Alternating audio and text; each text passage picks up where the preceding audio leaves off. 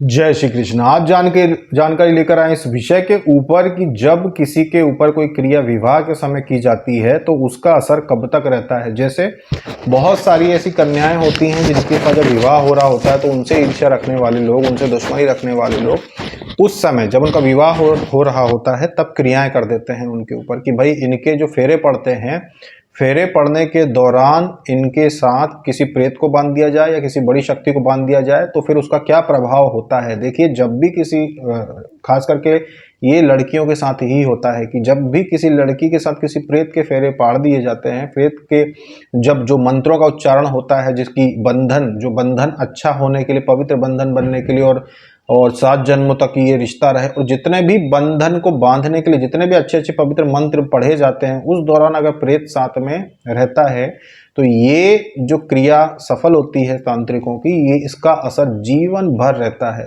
लगभग 90% लोगों के साथ ऐसा होता है जिनके ऊपर विवाह के समय की गई क्रिया फिर नहीं उतरती, जीवन भर तकलीफ रहती है। या तो किसी को मानसिक स्थिति अगर तकलीफ दे रहे तो जीवन भर मानसिक स्थिति बिगड़ी रहती है, या फिर शरीर में अगर फोड़े फुंसी जैसी गलत चीजें हो रही हैं कि भाई बहुत ज्यादा तकलीफ हो रही है तो वो जीवन भर रहती है, वो कभी दूर नहीं होती। कितना भी आदमी परेशान हो ले, अपनी जैसे लड़की के ऊपर किया है और पति परेशान हो रहा है कि पत्नी का इलाज करा लूं तो हो ठीक ही नहीं हो रहा है, परेशान हो रहे हैं। तो ये सारी चीजें जीवन भर चलती हैं। अगर विवाह के समय फेरे पड़ जाते हैं प्रेत के साथ कि प्रेत भेज दिया, शरीर में प्रेत था, फेरे पड़ गए और उसके बाद जीवन भर वो प्रेत परेशान करेगा, क्योंकि बहुत ताकतवर तरीके से वो फिर जुड़ जाता है उस लड़की से, तो फिर वो हमेशा रहता है। अब बात आती है कि किनके ऊपर जो 10% है, 90% से तो नहीं कटते, ये 10% वो कौन है जो बच गए।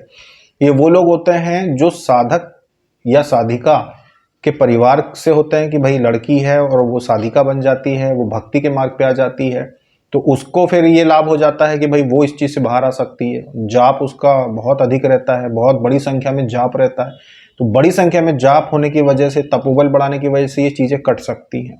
इसके अलावा साधारण व्यक्ति अगर ये सोचता है कि उसके घर की कन्या को ये चीज हट जाए तो वो नहीं हटती, जीवन भर रहती है। तो एक ही मार्ग बचता है इन चीजों से दूर होने के लिए कि नकारात्मक क्रिया बचपन से की गई हो, शादी के समय की गई हो या शादी के बाद की गई हो, एक ही मार्ग बचता है इन चीजों से पूरी तरीके से बाहर आने का। वो ये कि आप अध्यात्म के मार्ग पे चलें और अपने इष्ट भगवान का 11 करोड़ का संकल्प लेकर चलें कि कम से कम इतना पूरा कर लें। तो जितनी भी क्रिया फिरियां, जितने भी चीजों की तकलीफ होती है, सारी की सारी भस्म हो जाती है और आप इस चीज से बच सकते हैं, इस चीज से बाहर आ सकते हैं। ये बहुत बड़ा सत्य है। ऐसा नहीं है कि इन चीजों से बच नहीं सकते, ये सबसे बड़ा कार्य हो। 10% लोग जो जिनके परिवार में ऐसा माहौल होता है कि वो भी सेवा में लग जाते हैं किसी भी देवी देवता की, भाई हम इनको बहुत मानते हैं, बहुत पूजते हैं, उनकी सेवा में लग जाते हैं, उनकी साधना करते हैं, उनकी पूजा पाठ व्रत सब कुछ करने लगते हैं।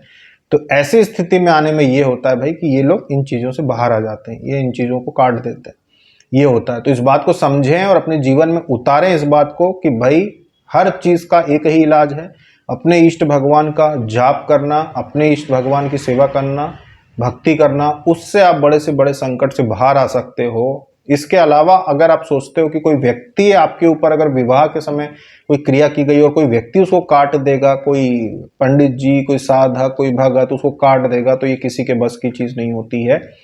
फेरे पड़ते समय की गई क्रियाएं कभी कोई व्यक्ति नहीं उतार सकता। अभी के लिए इतना ही। जय श्री कृष्ण।